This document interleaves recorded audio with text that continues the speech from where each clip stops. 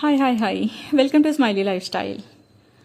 Wow, green tree super. బాగా చూస్తుంటేనే mind ఫ్రెష్గా పీస్ఫుల్గా ఉంది.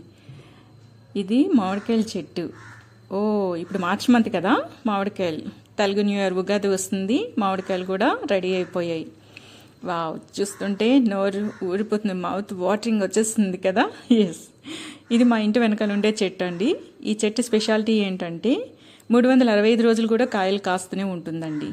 అంటే 3 టైప్ ఆఫ్ స్టేజ్లో ఇది కాస్తూ ఉంటుంది.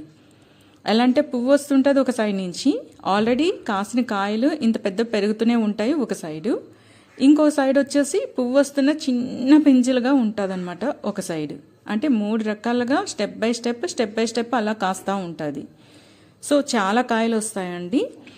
ఈ కాయలు చెట్టు నిండుగా వస్తూ ఉంటాయి, విపరీతంగా కాస్తుందండి. ఎక్కువగా రాలిపోతూ ఉంటాయి కూడాను. బట్ దీనికైతే ఎలాంటి మెడిసిన్ కూడా మేము వాడేది లేదండి.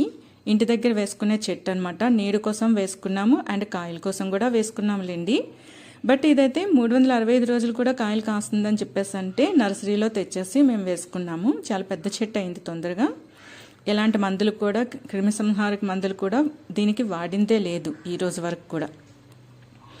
బట్ వాళ్ళు నర్సరీలో చెప్పిన ప్రకారంగా అయితే మాత్రం దీనికి ఏవేవో ఇంట్లో పెంచుకున్న అదేంటి కాయగూరల తొక్కలు, పాడైపోయిన వెజిటేబుల్స్ అండ్ ఈ టైప్ ఆఫ్ గడ్డి అలాంటివన్నీ పాడు చేసి దాన్ని అలా వేసి ఆ చెట్టు మొదట్లో వేసేసి ఈ చెట్టుని బాగా చూసుకున్నామండి.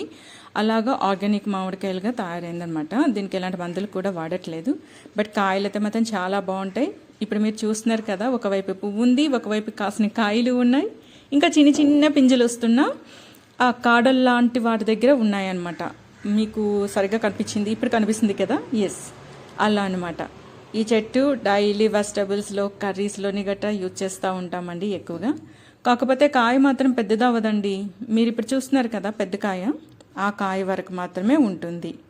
చాలా బాగుంటుంది. మీరు కూడా చెట్లు పెంచుకోండి, ఆరోగ్యంగా ఉండండి. Thank you for